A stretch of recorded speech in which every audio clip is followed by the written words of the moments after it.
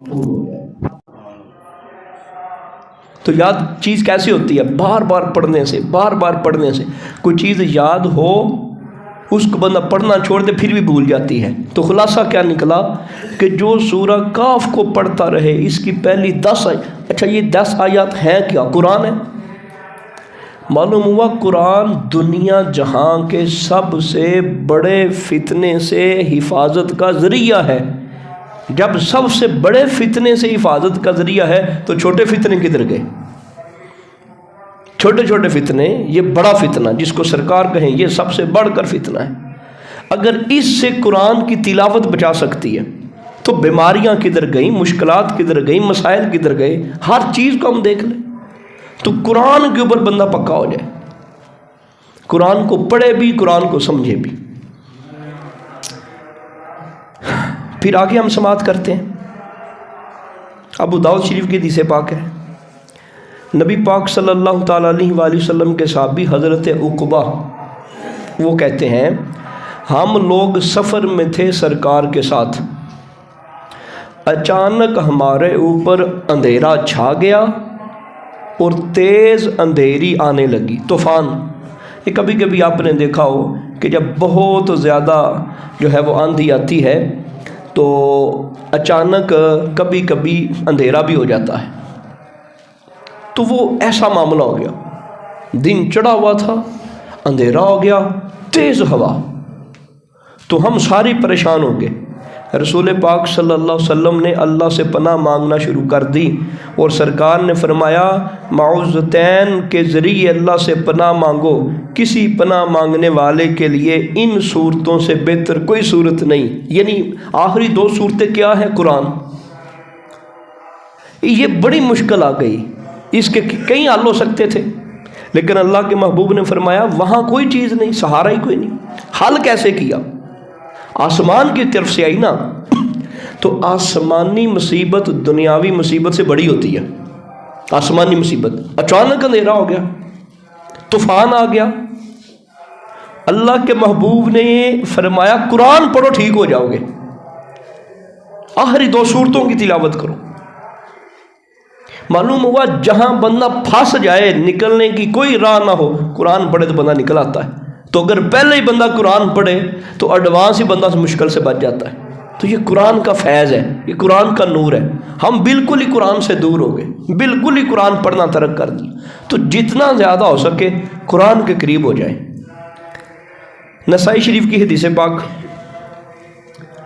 اچھا اس سے پہلے ایک آیت آپ کے سامنے پڑھتا ہوں، وَإِنَّهُ مِن سُلَيْمَانَ وَإِنَّهُ بِسْمِ اللَّهِ الرَّحْمَنِ الرَّحِيمِ او کما قال اللہ تبارک و تعالی۔ یعنی یہ بسم اللہ الرحمن الرحیم کے جو لفظ ہیں یہ قرآن کا حصہ ہیں، یہ قرآن کا جز ہے۔ نسائی شریف میں حدیث پاک ہے میدان جنگ میں حضرت طلحہ کی انگلیاں کٹ گئیں، تلوار لگی، انگلیاں کٹ گئی، تو انگلی کٹے تو کیا ہوتا ہے؟ درد، تو آہ نکلی، تو سرکار دو عالم صلی اللہ علیہ وسلم فرمایا تو بسم اللہ پڑھ لیتا، فرشتوں نے تجھے اوپر اٹھا لینا تھا۔ یعنی سرکار حل بتا رہے ہیں۔ اچھا ہم بھی کوئی نہیں کرتے، گھر میں نقصان ہو جائے ہمارا طرز عمل دیکھیں، ہمیں کیا حکم ہے؟ اے مسلمانوں نبی پاک کے پیچھے، نبی پاک کے پیچھے، نبی پاک کے پیچھے، یہ ہمارا طرز عمل ہونا چاہیے، سرکار کے پیچھے۔ اللہ کے نبی صلی اللہ علیہ وآلہ وسلم کا طریقہ کیا ہے؟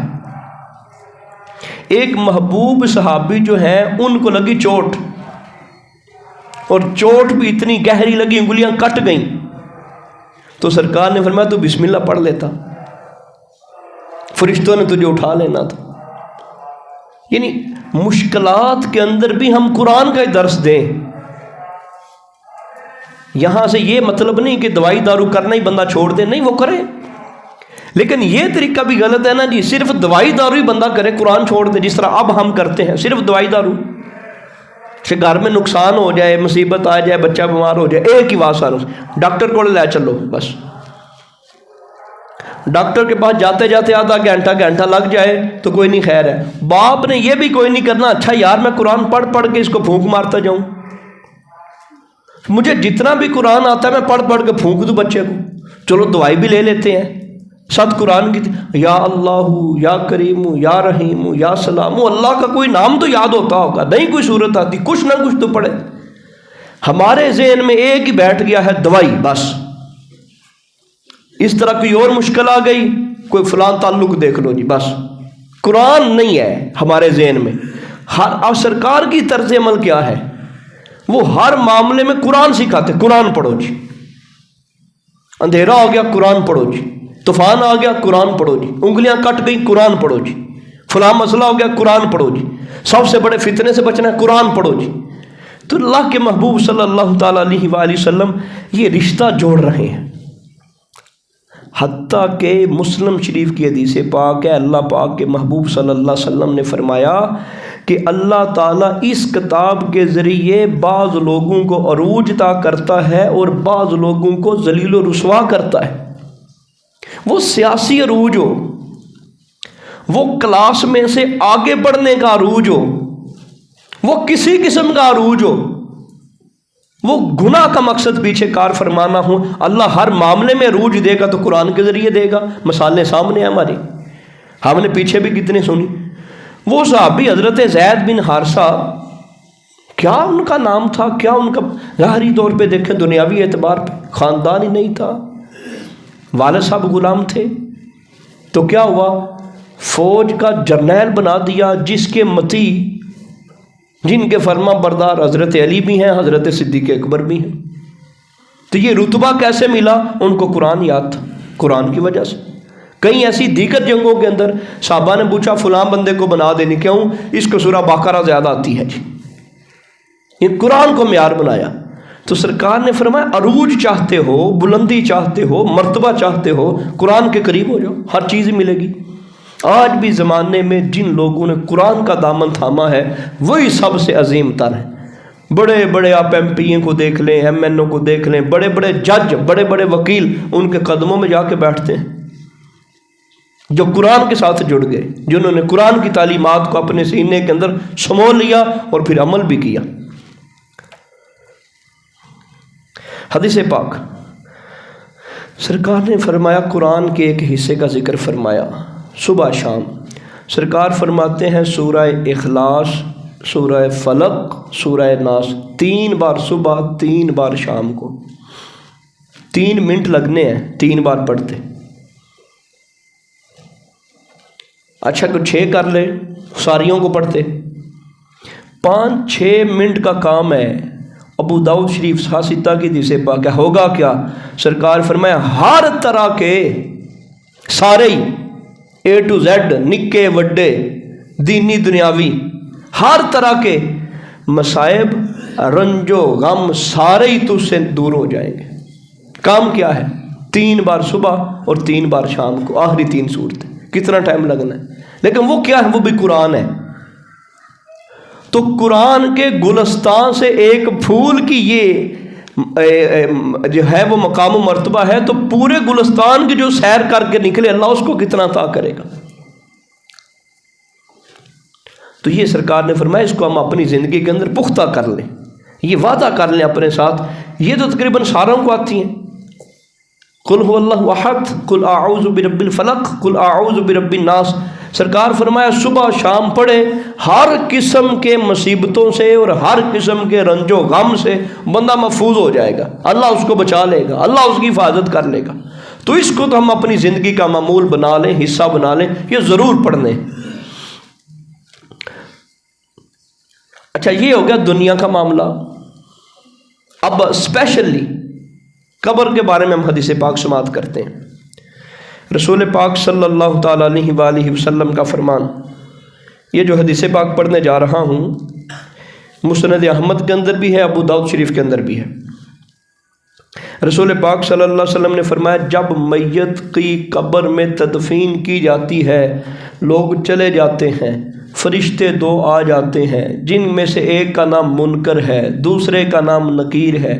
وہ بندے کو بٹھاتے ہیں، بندے سے سوال کرتے ہیں، بندے سے پہلا سوال کرتے ہیں من ربو کا، تیرا رب کون ہے؟ من نبیو کا، تیرا نبی کون ہے؟ ما دینو کا، تیرا دین کون سا ہے؟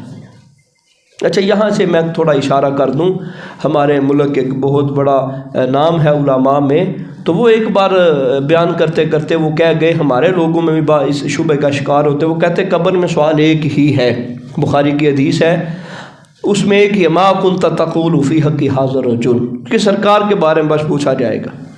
اللہ کے بندو، حدیث کا استدلال کرنے کا طریقہ یہ ہوتا ہے کہ ساری حدیثوں کو مد نظر رکھا جائے۔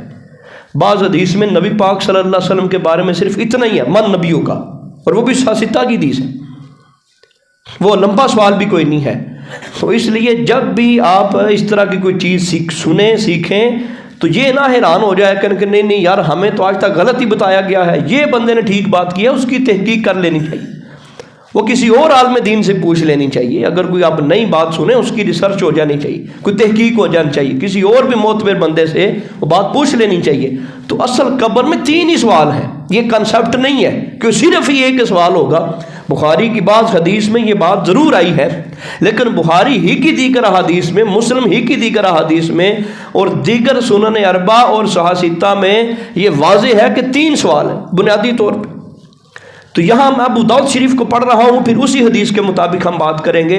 اس میں 3 سوالوں کا انداز اور نوعیت یہ ہے، من ربو کا، من نبیوں کا، اور فرمایا ما دینوں کا۔ یہ 3 سوال ہوں گے۔ نبی پاک صلی اللہ علیہ وسلم نے فرمایا، پہلے سوال کے جواب میں مومن آدمی کہتا ہے ربی اللہ، من ربو کا، تیرا رب کون ہے؟ وہ کہہ دے گا ربی اللہ۔ اب بندہ پریشان ہو جائے گا، وہ کہتا ہے مجھے تو عربی نہیں آتی، تو میں قبر میں عربی کیسے سمجھوں گا؟ میں یہاں سوالوں کو رٹا لگا لوں تو مجھے یاد ہو جائیں گے۔ ایسا رٹا لگانے سے سوال اور بات نہیں بننی۔ نیک اعمال کریں گے تو آپ کو قبر میں جاتے ہی خود بخود عربی آنی شروع ہو جائے گی۔ جس طرح آپ کو پنجابی آتی ہے، اس سے بڑھ کے آپ کو عربی آنا شروع ہو جائے گی۔ مقصد ہے نیک اعمال۔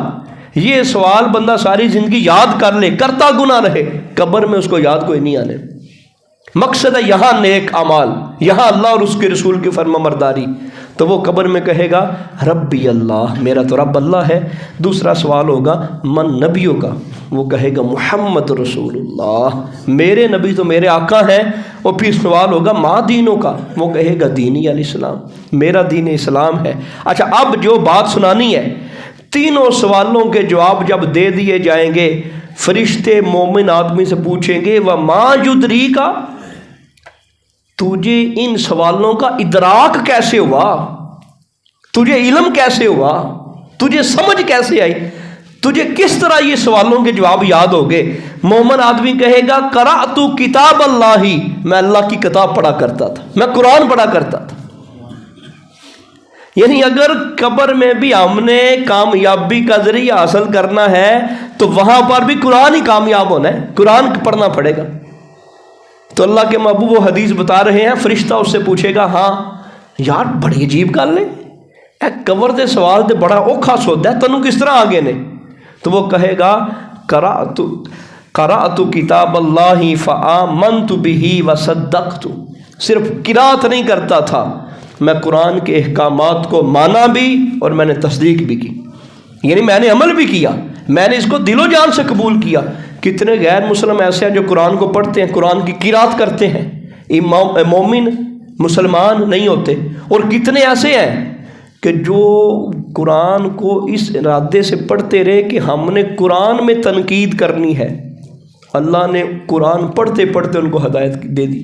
کتنے کافر ایسے، وہ بھی ہم انشاءاللہ کبھی وہ سیریز سنیں گے کہ کتنے بڑے بڑے کافر اور بڑی بڑی یونیورسٹیوں کے ماہرین اور بڑے بڑے سائنسدان قرآن کو پڑھنے نکلے اپنے دنیاوی مقصد کے لیے، اللہ نے قرآن پڑھتے پڑھتے حق روشن کر دیا اور وہ بھی مسلمان ہو گئے، اور پھر مسلمان ہو کے بھی انہوں نے بڑی بڑی خدمات سر انجام دی، اور بڑی بڑی کتابیں پھر اسلام کی تائید اور محبت میں انہوں نے لکھی۔ تو کہا کہ مومن بندہ جس وقت قبر میں بچے گا تو وہ کس کے ذریعے؟ قرآن کے ذریعے۔ ایک اور حدیث پاک یہاں پہ سنتے ہیں، رسول پاک صلی اللہ تعالیٰ علیہ وسلم نے فرمایا، امام حاکم نے لکھا کہ سورہ ملک پڑھا کرو، یہ عذاب قبر میں رکاوٹ کا ذریعہ بن جائے گی، قبر کا عذاب نہیں ہونے دے گی، قبر کے عذاب سے بچ جاؤ گے۔ امام طبرانی کی ایک حدیث پاک انہوں نے لکھی، امام صاحب فرماتے ہیں کہ جب آدمی قبر میں رکھ دیا جائے گا اگر عذاب اس کے مقدر میں ہوا، کچھ عذاب دینے والے فرشتے اس کی قبر میں داخل ہونے لگے، سر کی طرف سے وہ فرشتے داخل ہوں گے تو تلاوت قرآن اس کے سامنے آ کے آڑ بن جائے گی، داخل نہیں ہونے دے گی۔ تو جن نے قرآن کی تلاوت کی تھی نہ ہوئے گی۔ موت کے فرشتے، عذاب کے فرشتے قبر میں داخل ہونا چاہیں گے، لیکن قرآن کی تلاوت آڑے آ جائے گی، بندہ بچ جائے گا۔ پھر وہ چہرے کی طرف سے داخل ہونا چاہیں گے، صدقہ خیرات بندے نے جو کیا ہے وہ آڑے آ جائے گا۔ اور پھر وہ پاؤں کی طرف سے داخل ہونا چاہیں گے، بندہ جو مسجد میں چل کر جاتا تھا وہ چل کر جانا آڑے آ جائے گا تو عذاب قبر سے بندہ محفوظ ہو جائے گا۔ یعنی چاروں طرف سے، ہر طرف سے آڑ بن جائے گی۔ یہ اللہ کے محبوب نے طریقہ ارشاد فرمایا۔ اور بعض روایات میں یہ بھی ہے کہ درود شریف بندہ پڑھے گا تو وہ بھی آڑ بن جائے گا۔ جی تو اس میں پہلے نمبر پہ جو سرکار نے فرمایا وہ قرآن کی تلاوت ہے۔ تو قرآن کی تلاوت ہمیں عذاب قبر اور فرشتوں کے عذاب اور فرشتوں کی سختی سے محفوظ کرے گی۔ اچھا، عذاب قبر سے پھر آگے والا معاملہ کیا ہے؟ میدان حشر کا، اس کے بارے میں بھی کچھ حدیث پاک سنتے ہیں۔ سرکار نے فرمایا قرآن مجید قیامت کے روز اپنے پڑھنے والوں کی سفارش کرے گا کہ یا اللہ اے منو پڑھدا سی بندہ، انہوں چھڑ دے، یا اللہ انہوں معاف کر دے۔ اور مسند احمد میں ہے، ترمذی میں ہے، ابو داؤد میں ہے، نسائی میں ہے، جو بھی حدیث پاک پڑھنے جا رہا ہوں۔ سرکار نے فرمایا سورہ ملک اپنے پڑھنے والوں کے لیے مسلسل سفارش کرتی رہے گی حتیٰ کہ اللہ اس کو بخش دے گا۔ اب پنجابی وچ کہہ لو کہ جتنا چر اللہ پاک معاف نہیں کرے گا نا جی، اُنّا چر وہ کہندی رہے گی یا اللہ انہوں بخش دے، یا اللہ انہوں بخش دے، یا اللہ انہوں بخش دے۔ تو اگر کسی نے سورہ ملک پڑھی نہیں ہے تو پھر سفارش کیا ہونی ہے؟ ایک اور حدیث پاک مسلم شریف کی سنیں، سورہ بقرہ اور سورہ آل عمران کے بارے میں فرمایا یہ دونوں صورتیں اپنے پڑھنے والوں کی مغفرت کے لیے اللہ سے جھگڑا کریں گی۔ مسلم شریف کے اندر ہے۔ اچھا، اللہ سے لڑ تو کوئی نہیں سکتا، کوئی جھگڑا کر تو کوئی نہیں سکتا، اس کا مطلب یہ ہوتا ہے کہ وہ منت مساجد بڑا کریں گی، وہ منت سماجت کرتی رہیں گی، اللہ پاک اس بندے کو الگ بخش دے گا۔ اس نے کیا کیا ہو؟ سورہ بقرہ، ہم کہتے ہیں نہیں یار 22 پاریاں دی صورت کس طرح ختم ہوئے گی؟ لیکن آج کے نوجوان سے پوچھے نا جی تو وہ کہے گا وہ فلان جو ڈرامہ لگتا ہے نا جی جس کی کوئی 100 سے زیادہ قسطیں ہیں، وہ 20 قسطیں میں نے ایک دن کے اندر ہی دیکھ لی تھی۔ وہ بڑے دعوے کے ساتھ بتا رہا ہوگا میں پوریاں 20 قسطیں ویکھیاں ہوتیاں، اس وقت ہمیں کوئی مسئلہ نہیں ہے۔ لیکن یہ جو ہے فرمایا کہ یہ معاملہ ایسا ہے، سورہ بقرہ، سورہ آل عمران، یہ اللہ رب العزت سے اس نے اجازت دی ہوگی، جھگڑیں گی بار بار منت سماجت کہ یا اللہ اس کی بخشش کر دے، یا اللہ اس کی بخشش کر دے۔ ہم قرآن کے قریب ہی کوئی نہیں جاتے۔ ایک عرصہ گزر گیا، پتہ نہیں کب قرآن پورا پڑھا، اور کتنے ایسے بھی ہوں گے جنہوں نے قرآن کو دیکھا بھی نہیں، قرآن کی زیارت بھی کوئی نہیں کی، قرآن پاک کو دیکھ کے اپنی آنکھوں کو ٹھنڈا بھی کوئی نہیں کیا۔ تو ہمیں قرآن کے ساتھ جڑ جانا چاہیے، اسی کے اندر کامیابی ہے، اسی کے اندر بہتری ہے۔ قرآن مجید اپنے پڑھنے والوں کی مغفرت اور بخشش کے علاوہ اللہ تعالیٰ سے 3 مطالبات بھی کرے گا۔ بخشش سے آگے والا سٹیپ، قرآن اپنے پڑھنے والوں کے بارے میں 3 مطالبات بھی کرے گا۔ وہ 3 مطالبات کیا ہیں؟ یا اللہ اسے عزت کا لباس عطا فرما، میرے پڑھنے والے کو قیامت کے دن، یعنی وہ جو عزت کا لباس ہے نا جی وہ سب سے عالی شان ہوگا، وہ بڑا باکمال ہوگا کہ یا اللہ میرے پڑھنے والے کو عزت کا لباس عطا فرما۔ پھر اللہ پاک جو ہے نا وہ پورا لباس نہیں پہنائے گا، صرف سر کے اوپر تاج پہنایا جائے گا عزت کا۔ وہ عزت کا تاج بھی ایسا ہوگا کہ لوگ حیران ہوں گے کہ یار یہ نبی ہے، اتنا بلند مقام کا وہ تاج ہوگا۔ قرآن اپنے پڑھنے والوں کے بارے میں یہ عرض کرے گا، اور دوسری یہ درخواست کرے گا پھر اللہ کی بارگاہ میں کہ یا اللہ تاج تو پہنا دیا ہے، لباس بھی پہنا دے۔ اب جب وہ دوسری بار پھر لباس کی بات کرے گا اللہ اس کو لباس بھی پہنا دے گا، اور تیسری بار تو حد ہی ختم ہو گئی۔ قرآن پھر یہ کہے گا یا اللہ تو اپنی رضا اس کے لیے لکھ دے، تو مکمل اس کے اوپر راضی ہو جا، اللہ راضی ہو جائے گا۔ یہ کون کہے گا؟ یہ قرآن اللہ کو کہے گا۔ سانو قیامت والے دن بولن دی لوڑ کوئی نہیں پینی، سانو گل کرن دی لوڑ کوئی نہیں پینی، ਜਿਹਦਾ ਵਕੀਲ ਤਗੜਾ ਹੋਵੇ ਨਾ ਜੀ, ਉਹਦਾ ਮੁਕੱਦਮਾ ਫਿਰ ਬਿਹਤਰੀਨ ਹੋ ਜਾਂਦਾ,